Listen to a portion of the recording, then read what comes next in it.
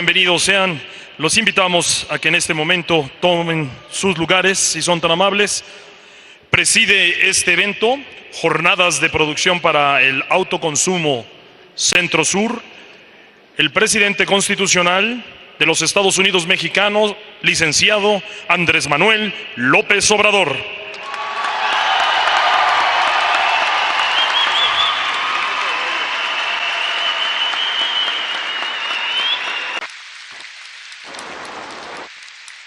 Muchísimas gracias. Procedemos con el mensaje de bienvenida a cargo del señor gobernador constitucional del Estado de Puebla, licenciado Luis Miguel Barbosa Huerta.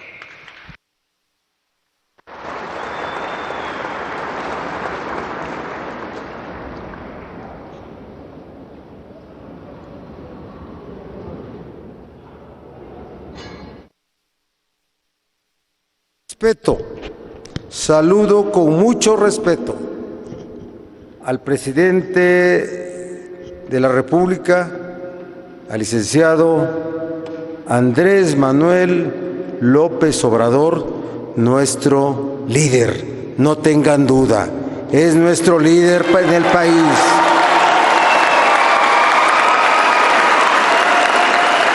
Le doy la bienvenida con la emoción que nos provoca su presencia, que nos inspira, como siempre le digo. Estamos siempre cercanos a las visiones de su gobierno, a la puesta en marcha de las políticas públicas trascendentales. Y hoy este es un momento donde hay que todos poner en marcha acciones comunes. La distinción de las políticas públicas de un gobierno como el de Andrés Manuel López Obrador y de otros gobiernos es que las políticas públicas son con la gente, no son con el poder único, no son con la burocracia. Solo así pueden funcionar en este país tan diverso, tan plural y tan poblado. Ese es nuestro convencimiento. Esa es la característica de las políticas públicas de los gobiernos que emergemos del gran movimiento de 2018, pero con las luchas de años anteriores. Esa lucha que encabezó Andrés Manuel López Obrador. Todo con la gente, todo con el pueblo.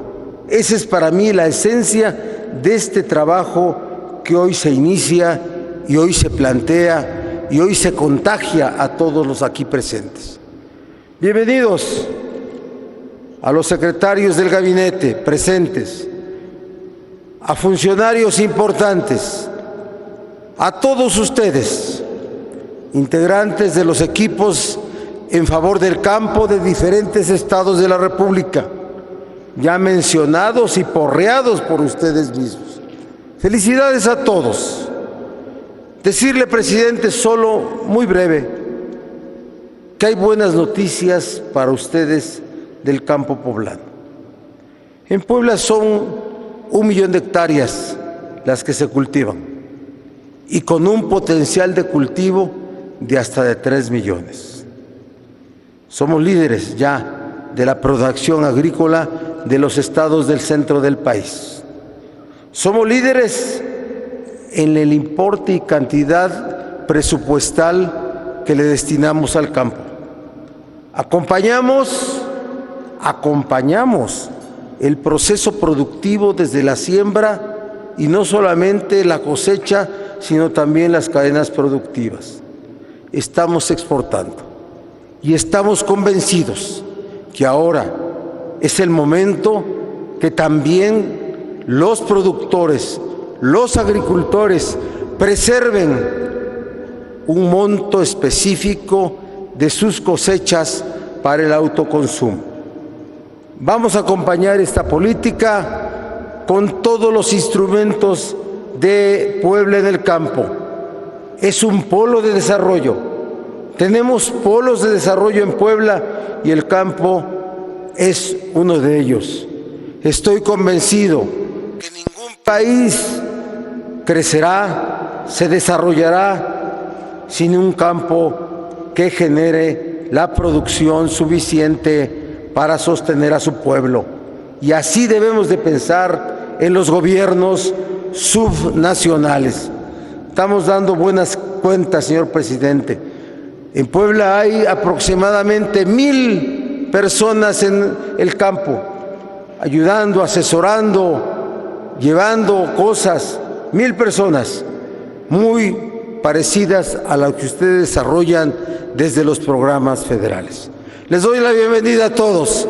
Le doy la bienvenida a los servidores públicos, desde luego al presidente de la República, que todavía nos tiene en un contagio de emoción por el desfile del 5 de mayo. Gracias a todos. Bienvenidos.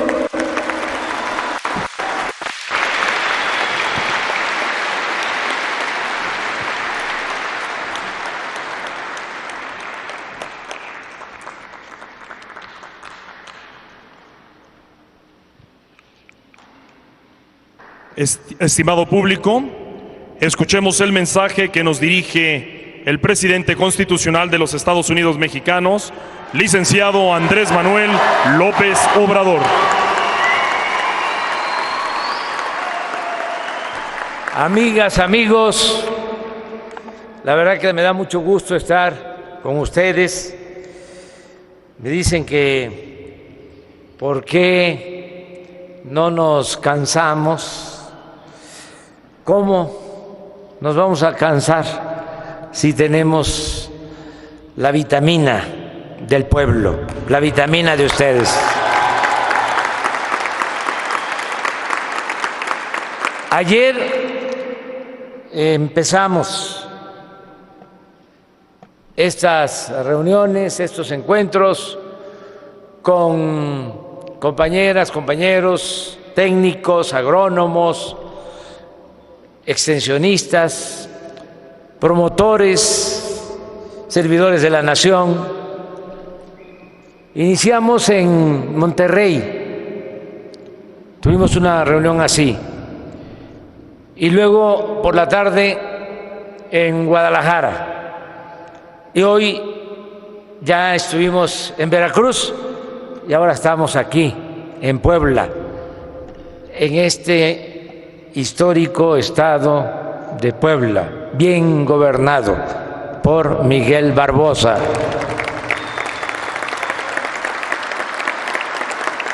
Mañana vamos a tener 2 actos, más que uno está dedicado a nuestras maestras y a nuestros maestros, a los que tanto les debemos, porque mañana es día de maestras y de los maestros y nos vamos a reunir con ellos. Pero también, terminando ese acto, llevamos a cabo otro como este. En total son 5 reuniones que agrupan a todos los que están trabajando en el medio rural, en el país. Aquí, por ejemplo, están de Hidalgo, ¿verdad?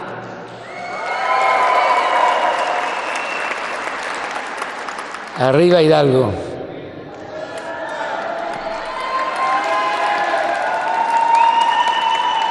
Están también algunos de Veracruz que vinieron, porque les queda más cerca Puebla. ¿Así es o no? Porque Veracruz es un estado muy extenso, tiene como 800 kilómetros de costa, desde el Pánuco en el norte, que es el límite con Tamaulipas, hasta Tonalá, que es el límite con Tabasco, con mi tierra y con mi agua.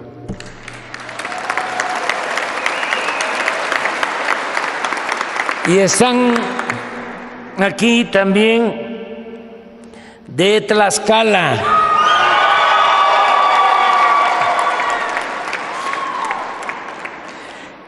Y de uno de los estados con más cultura en el mundo, Oaxaca.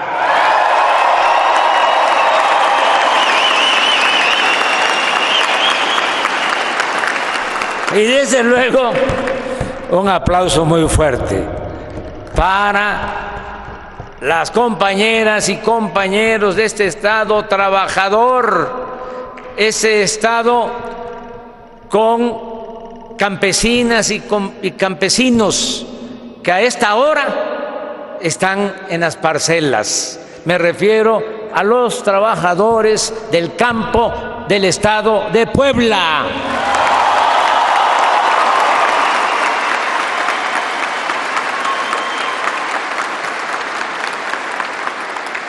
No es para quedar bien con ustedes, para hacerles la barba, pero lo dije en Veracruz. Allá mencioné en la mañana de que venía yo a Puebla y que en la carretera desde Esperanza, Palmar de Bravo, hasta llegar acá, íbamos a estar viendo campesinos, mujeres, hombres y niños, todos trabajando en las parcelas. Y no me equivoqué, porque en todo el camino, gente trabajando. Hoy sábado, cortando, levantando sus hortalizas, porque a las 3 de la mañana, en sus camionetas, que vamos a ir regularizando todas esas camionetas que con tanto esfuerzo han adquirido, porque no pueden comprar camionetas en las fábricas o en las distribuidoras.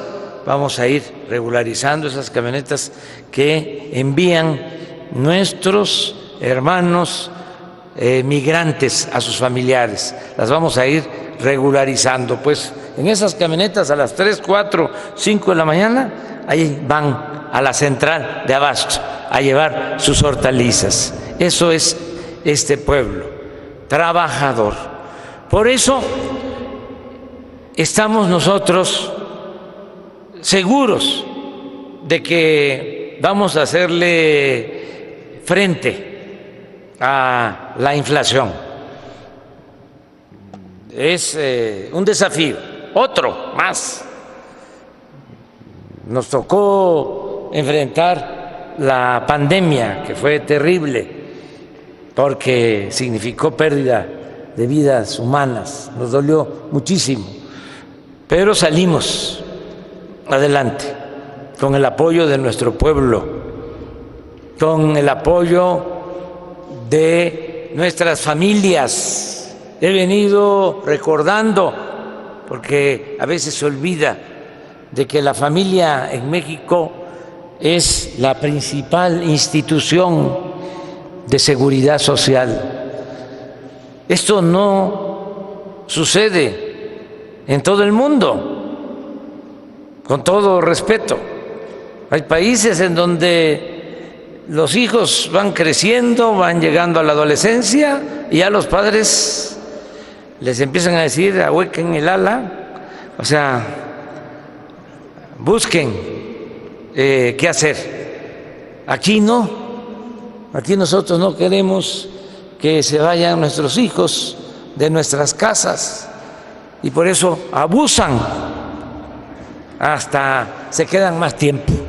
Pero así somos muy amorosos, muy fraternos, y esa es parte de nuestra cultura. ¿Quiénes cuidaron a los adultos mayores con la pandemia? Pues todos los miembros de la familia. Esto no sucedió en todos lados.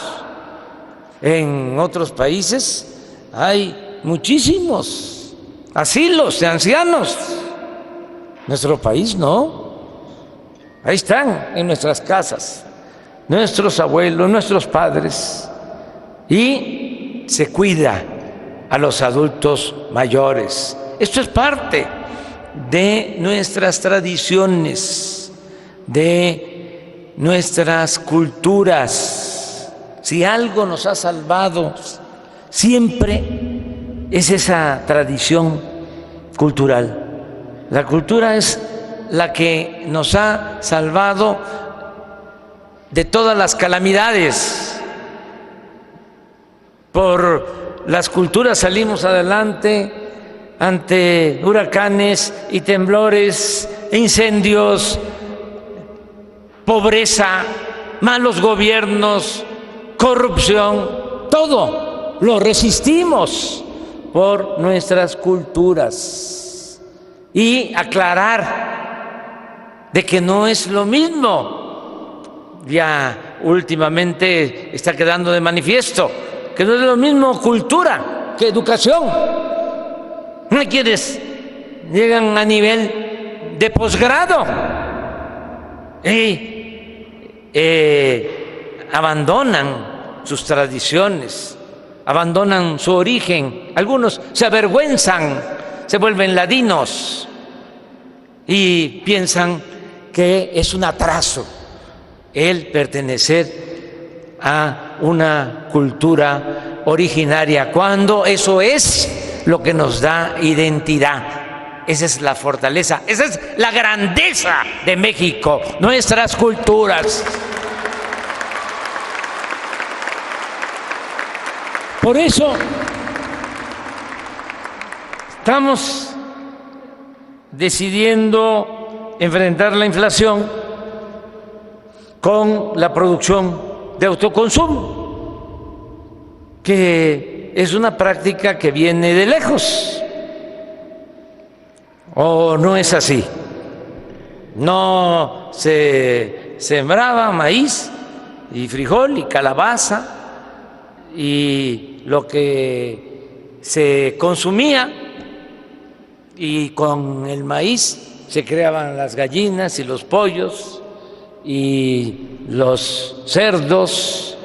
No era una economía campesina de autoconsumo. Hoy hablaba yo de Tlaxcala, y esto aplica también para Puebla, pero en Tlaxcala son pequeñas parcelas, a pesar de no ser mucha la tierra, el territorio del estado, está todo sembrado, y principalmente de maíz, aunque sea una hectárea, media hectárea, se tiene sembrado. Y en el patio, en el solar, ahí hay una o dos vacas que se ordeñan, y ahí están los borregos o los chivos, y todavía dentro de la casa está el telar. ¿O no es así? Esa es una economía integrada, una economía campesina excepcional de autoconsumo. Claro que hay que tener para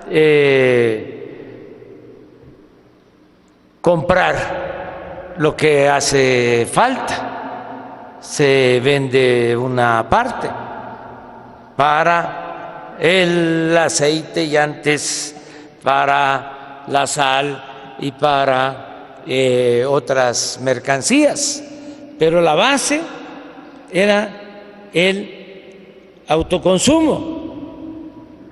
Se mataba un cerdito, ofrezco disculpa a los animalistas, amigos, pero eso permitía tener manteca para todo el año en una lata, porque no se usaba antes el aceite, era más la manteca. Luego empezaron a crearle mala fama a la manteca y ya fue el aceite. Lo mismo en el caso de los pollos, las gallinas. Todos los pollos, las gallinas eran gallinas, pollos criollos. Los huevos también. Empezó con las granjas y empezamos ya a dejar de producir lo que se consumía. Nosotros pues no pensamos regresar a eso, sería bastante complicado. Hay que entender que han cambiado mucho las cosas, hasta la cuestión genética. Hablaba yo de los cerdos, un cerdo antes de 60, de 80 kilos, engordado con yuca, con calabaza, con maíz, daba hasta una lata de manteca. Ahora un cerdo de 60, 80 kilos ya no da más que 3, 4, 5 litros de manteca, porque ya es otra la genética. Entonces tenemos pues que adaptar nuestra tradición a los cambios que se han venido dando, pero no olvidar de dónde venimos, porque el que no sabe de dónde viene difícilmente va a saber hacia dónde va. Decía el gran poeta, escritor José Martí: me siento muy orgulloso porque me dieron un reconocimiento en Cuba, me dieron la medalla, la condecoración José Martí, me la dieron por el pueblo de México.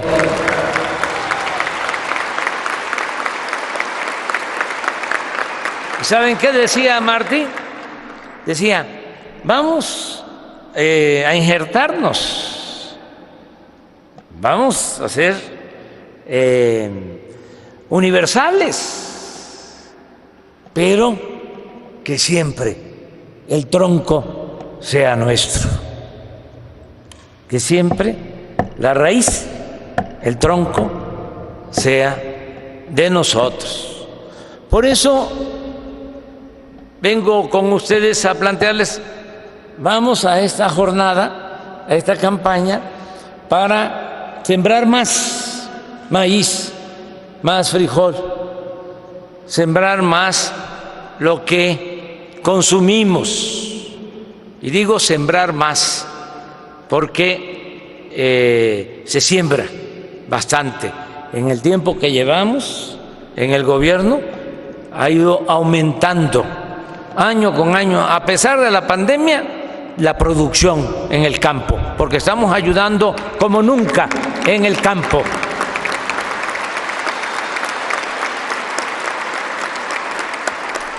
En el año más difícil de la pandemia, en el 2020, se cayó el sector industrial, pero hasta abajo. Se cayó el sector comercio y servicios, fue el que más cayó de los 3 sectores. Esto tiene que ver con hoteles, con el turismo, con los restaurantes. ¿Saben qué sector no se cayó? Y hubo hasta un crecimiento de casi 2% anual. El sector primario, es decir, el sector agropecuario, el campo, no se cayó.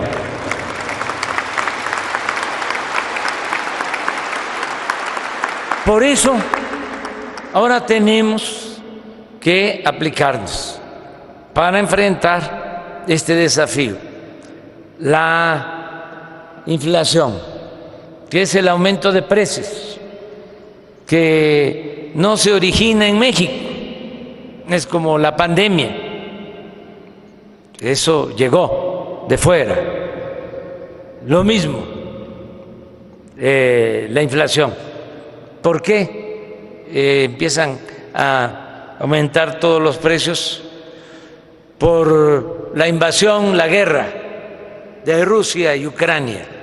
Ahí tienen un tache los dirigentes de las potencias y los dirigentes de los organismos internacionales, como la ONU, que no supieron evitar esta guerra. ¿Para qué se inventó, entre otras cosas, la política? Para evitar la guerra. Y faltó política, y faltó diálogo, y por eso la guerra. Y lo que duele más es la pérdida de vidas humanas y muchos desplazados por esa guerra, familias completas, y además todo el desbarajuste en la economía mundial, porque se alteran todos los precios de los alimentos, se incrementan, como no todos los países producen lo que consumen, dependen de la producción de otros países. Cuando se da una situación como una guerra, pues aumentan los precios porque no hay producción suficiente. Ahora, por ejemplo, está aumentando el precio del maíz, el precio del trigo muchísimo, el precio del gas, el precio del petróleo, el precio del transporte marítimo, lo que cobran los barcos para traer contenedores, para traer alimentos. Entonces, eso pues ha llevado a una inflación en todo el mundo. Es algo que afecta a todos, a unos países más, a otros menos. Los más afectados, considero, son los países de Europa, pero si vemos los datos, también en Estados Unidos, la inflación de abril fue de 8.3%, nosotros 7.7% de inflación, según los datos oficiales. Pero, ¿qué significa esto? Este aumento de precio pues es carestía de la vida. Podemos estar procurando que la gente tenga más ingresos, aumentando el salario como lo hemos hecho desde que llegamos, pero si aumentan los precios, el salario no alcanza, no tiene poder de compra, o se reduce el poder adquisitivo del salario. De modo que la inflación es un impuesto que afecta a todos, pero más a la gente humilde, a la gente pobre, porque el de mero arriba, ¿qué le va a importar si hay una inflación de 7.7 o de 20 o de 30 o de 40 o de 50? Si ya un carro de lujo no le va a costar 1 millón, sino 1,5 millones, pues ese no tiene problema. Pero el que compra tortilla, ¿cómo está? Cuando llegamos, el salario mínimo alcanzaba para comprar 5 kilos de tortilla. ¿Así fue siempre? No. En los años 80, cuando empezó la política neoliberal o neoporfirista, un salario mínimo alcanzaba para comprar 50 kilos de tortilla. Cuando termina la política neoliberal, esa pesadilla que se terminó con todos nosotros, porque dijimos basta y ya no queremos esa política neoliberal. Cuando iniciamos, repito, alcanzaba el salario para 5 kilos de tortilla. Imagínense cuánto se empobreció nuestro pueblo en todo el periodo neoliberal, en 36 años. Llegamos y empezamos a subir el salario mínimo, que era de los más bajos del mundo, y lo hemos elevado en un 70%, en términos nominales, en términos reales, 50%, como no se había hecho en los últimos 40 años. Se ha elevado el salario mínimo. Pero yo no estoy viendo nada más números y porcentajes. Traduzco esto a lo que cuestan los alimentos. Y nos alcanzaba todavía hasta diciembre, nos alcanzaba para comprar 10 kilos de tortilla. 10. Viene la inflación y ahora se nos cayó y nos alcanza para 7 kilos de tortilla. Pongo este ejemplo para que tengamos una idea. Claro, hay distintos precios de tortilla. La tortilla más cara está en las tortillerías. Está más barata la tortilla que se vende en las tiendas departamentales.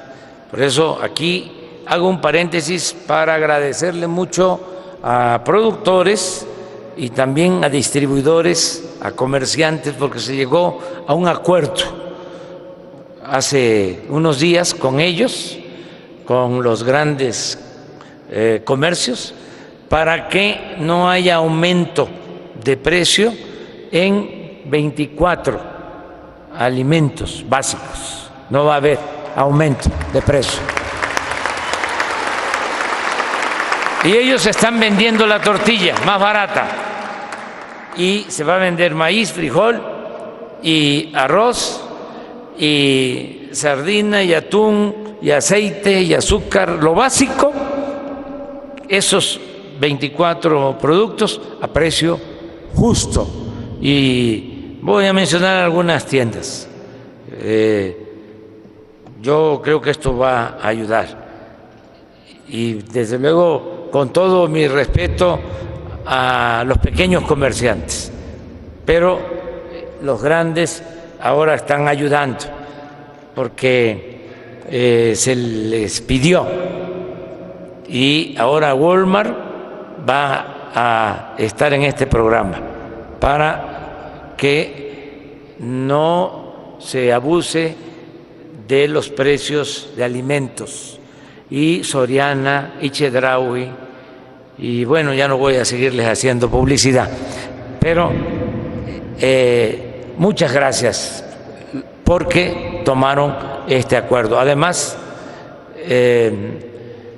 todos los lunes vamos a estar viendo quién es quién en los precios.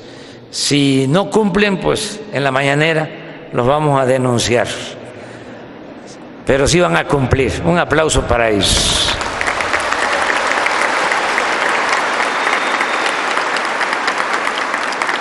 Bueno, por eso tenemos que producir. Decía yo, si tenemos el maíz y se hace la tortilla, además, dos cosas, ¿no? ¿Cuál es la tortilla más sabrosa? La del comal. La del comal. Eso es suculento, es lo mejor que hay. Eso es muy importante. Luego, no dejemos de pensar que el maíz es una planta bendita que se da en todos lados, en las tierras bajas, se da en la sierra, se da en el frío, se da en el calor. Y sin maíz no hay país.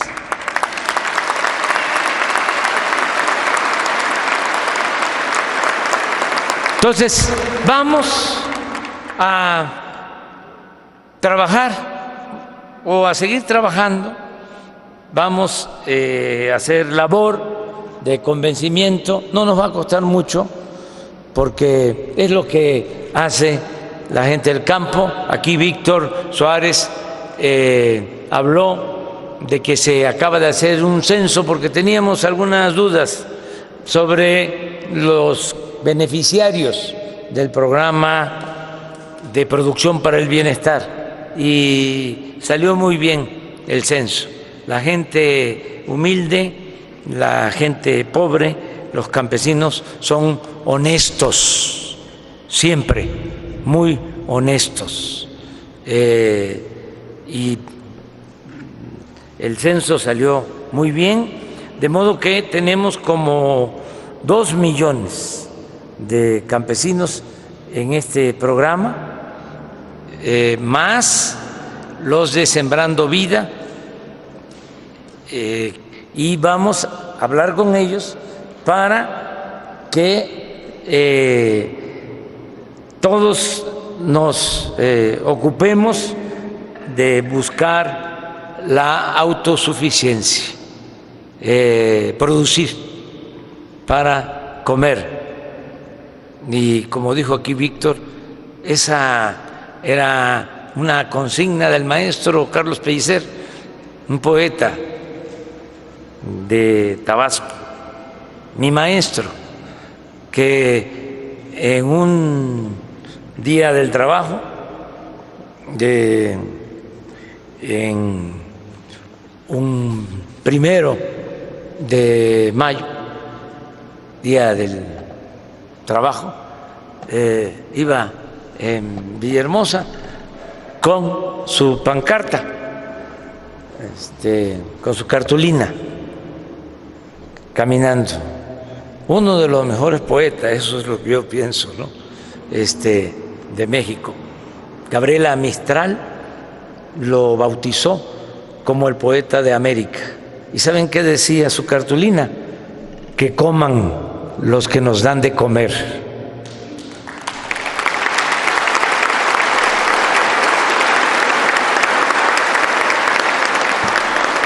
Por eso vamos a hacer labor para que se produzca en el campo. Son 3 componentes de la inflación, lo que provoca la inflación. Primero, el aumento en el precio de los energéticos. Eso lo tenemos controlado, porque desde que llegamos dijimos vamos a rescatar a Pemex y estamos rehabilitando las refinerías y ya compramos una refinería en Estados Unidos. Fíjense esas cosas que se están dando, las vueltas que da la vida. Ellos venían a comprar aquí y ahora ya nosotros estamos comprando una refinería y estamos haciendo una refinería nueva, que no se hacía una sola refinería desde hace 40 años.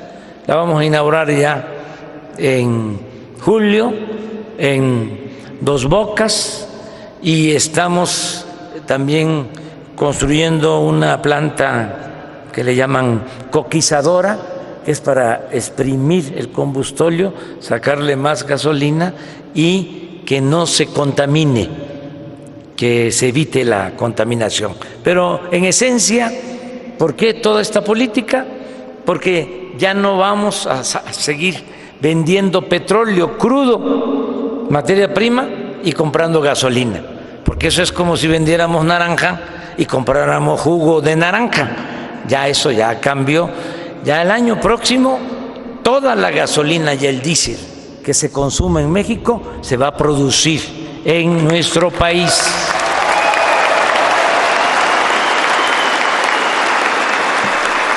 Por eso, en la inflación, ¿saben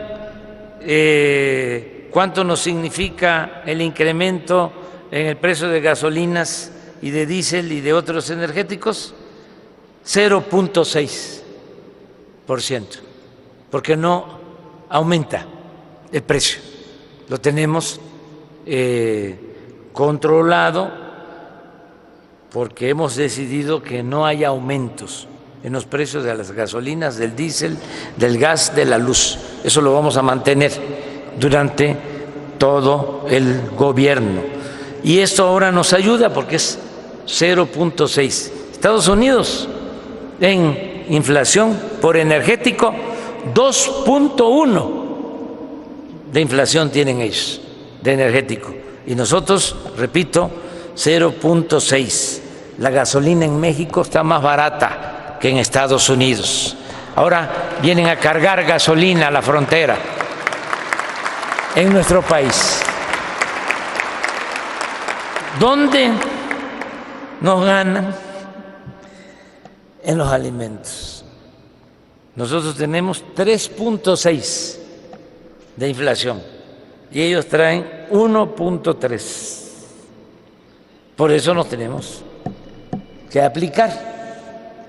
Ya lo de energético va a continuar así, porque no hay cambio, no va a aumentar el precio de la gasolina. Ustedes saben que si aumenta el precio de la gasolina, del diésel, aumenta todo. Pero eso no va a suceder. Necesitamos por eso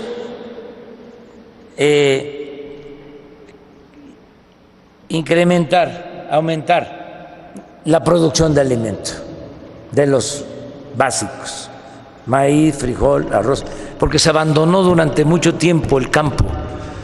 Se tenía una idea equivocada de que en un mundo globalizado, ¿para qué ayudar a los productores si se podía comprar en el extranjero lo que se necesitara? Y ahora estamos viendo que no es así. Lo mejor es producir en México lo que consumimos, alimentos y energéticos. Esa es la lección. De modo que tenemos que ir a la autosuficiencia alimentaria para no depender del extranjero en nuestros alimentos, en nuestras materias primas. En el resto de la inflación hay de otras mercancías, ahí estamos mejor. Pero, repito, la diferencia la tenemos en alimentos. Por eso vamos a aplicarnos entre todos para aumentar la producción. Yo espero que la naturaleza y el Creador nos ayuden, que no falte el agua y que sea un buen año para la producción de alimentos. ¿Qué vamos a hacer? Ya Víctor mencionó algunas acciones. Hay que reunirnos en los ejidos, en las comunidades, en los pueblos, hablar con la gente. Si están en el Sembrando Vida y ya están plantando limón o café o árboles maderables, pues ahí meter el maíz también o el frijol, intercalar, ayudar en eso. Estamos hablando de 1 millón de hectáreas en el programa Sembrando Vida y más de 400,000 sembradoras y sembradores. Entonces, eso puede ayudar mucho. Y en las orillas y todos los espacios, sembrar para el autoconsumo. Y también tenemos que ponernos de acuerdo, ya les vamos a informar, porque vamos a echar a andar un plan que nos lleve a aumentar la producción, sin dañar el suelo. En Guerrero, todos los productores están recibiendo fertilizante gratuito, todos. Y de un año a otro aumentamos la producción de maíz en Guerrero al doble, nada más con esa acción de entregar de manera gratuita los fertilizantes. Entonces, hay que pensar cómo echar a andar fábricas de fertilizantes orgánicos lo más pronto posible, pero también no dejar de usar el otro fertilizante, porque lo necesitamos. Vamos a que así como Guerrero, Veracruz tenga fertilizante gratuito.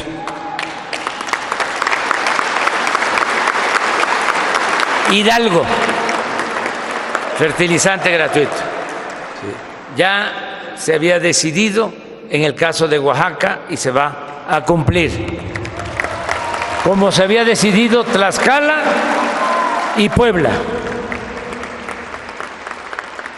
Nos dejaron unas plantas en mal estado, igual que las refinerías donde se produce la gasolina. Nos dejaron unas plantas de fertilizante, las vamos a reparar lo más pronto posible.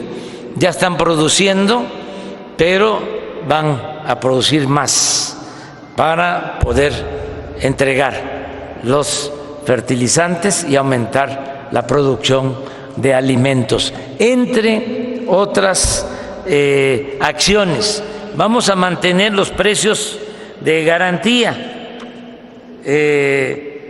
Maíz, 6,438 pesos la tonelada, precio de garantía. Ahora están pagando más, por lo que estoy hablando, de que está escaseando el maíz. El frijol, precio de garantía, porque hoy dije en Veracruz 14,000, no, son 16,000 pesos la tonelada. Cuando empezamos, el precio de garantía del frijol era 6 pesos, ahora está en 16. Y puede ser que no nos vendan ni el maíz ni el frijol, porque se los paguen más caro o a mejor precio de tanto el maíz como el frijol, pero vamos a mantener el precio de garantía, porque si lo quitamos, entonces los coyotes son muy ventajosos y van a querer pagar menos y afectar al productor. Entonces vamos a mantener estos precios de garantía. Y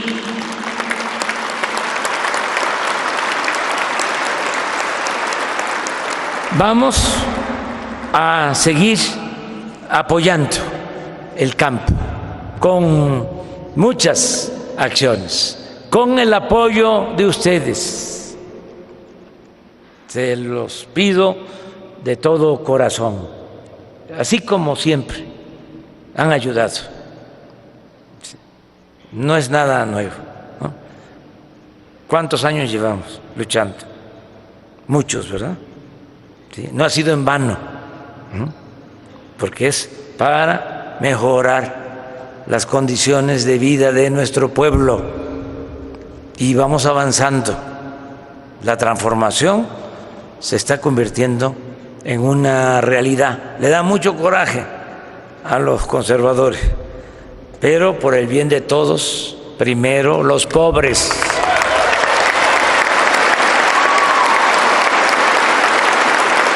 Ya para terminar, solo preguntarles si están de acuerdo con el plan. ¿Nos vamos a aplicar todos? A ver, que levanten la mano los que están de acuerdo. Bájenla. Los que se abstengan, los que están en contra, que vivan los extensionistas, que viva Puebla, que viva Veracruz, que viva Hidalgo, que viva Oaxaca, que viva Tlaxcala, viva México, viva México, viva México.